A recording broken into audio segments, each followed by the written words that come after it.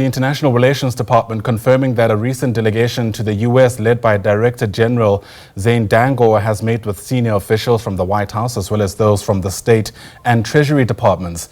Dangor was initially in New York in his capacity as the G20 Sherpa. The government here at home says the delegation advanced discussions that were started by former U.S. Ambassador Ebrahim Rasool in an effort to address bilateral priorities and misconceptions. Let's make sense of this for you now. Bring in SABC News International Desk Editor Sophie Mokoena, who's with us here in our studios. And Sophie Mokoena, great to see you as always on this busy news day. This is an incredibly important development.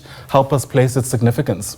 Well, it's quite important, as you know, that there were criticism that the South African government doesn't have access to the Trump's administration to kind of engage the leadership of the United States of America. We saw AfriForum, Solidarity, and the DA going to the United States of America, engaging people in the United States of America. I don't want to say senior U.S. leadership, because even today we haven't gotten the names or the people that AfriForum met and Solidarity and the DA. But with the Department of International Relations, it's clear that they met senior leadership of the United States of America. I mean, they met someone within the security advisor of the President of the United States of America, which is quite critical when you meet the security advisor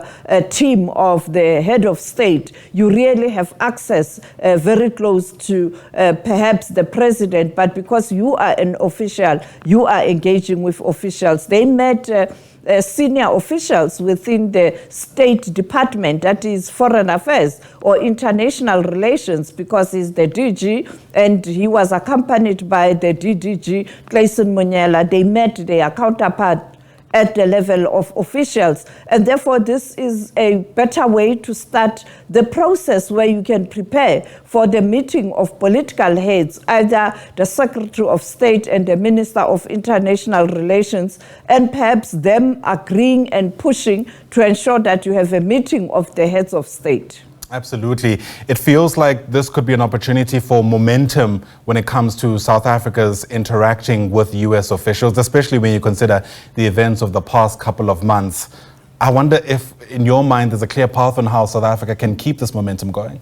Well, I think the officials must continue to engage. Unfortunately, you don't have a senior diplomat in Washington, and therefore you will have to continuously do it from base at DERCO with the officials, and also try and prepare perhaps an engagement with Minister Lamola and Marco Rubio, the Secretary of State of the United States of America. Perhaps at some point in time they might make a headway to ensure that there's a discussion between President Ramaphosa and President Donald Trump, not in person, perhaps on a telephone or on the margins of any gathering. For example, we know that there's a coming G7 meeting in Canada, and Canada will invite South Africa to that G7. And I think South Africa can take the opportunity to organize meetings on the margins of the G7 with stakeholders who will be there. And perhaps, who knows, there might be a possibility that at the G7 meeting in Canada,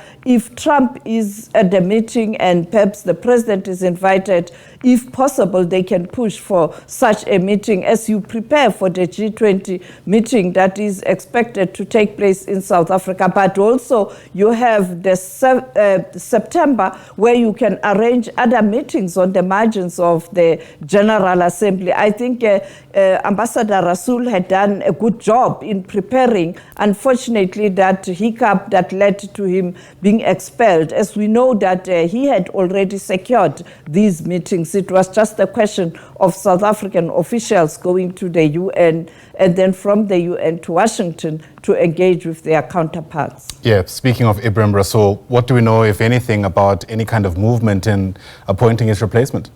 We know that the President and the Minister of International Relations are looking at this issue, particularly after the President engaged the ANC on the foreign policy of South Africa, and they also got a report from the President, not in detail, that he has received the report from Ambassador Rasool, who presented that report to Minister Lamola. And I'm told that actually there are 8 names that are doing the rounds, and most of the people in that list are your seasoned career diplomats, because this is what government is looking to do this time around, to ensure that you appoint a seasoned career diplomat, a person who will not be caught up in the political shenanigans in the United States of America, because you have a strong position and views on political matters. You just focus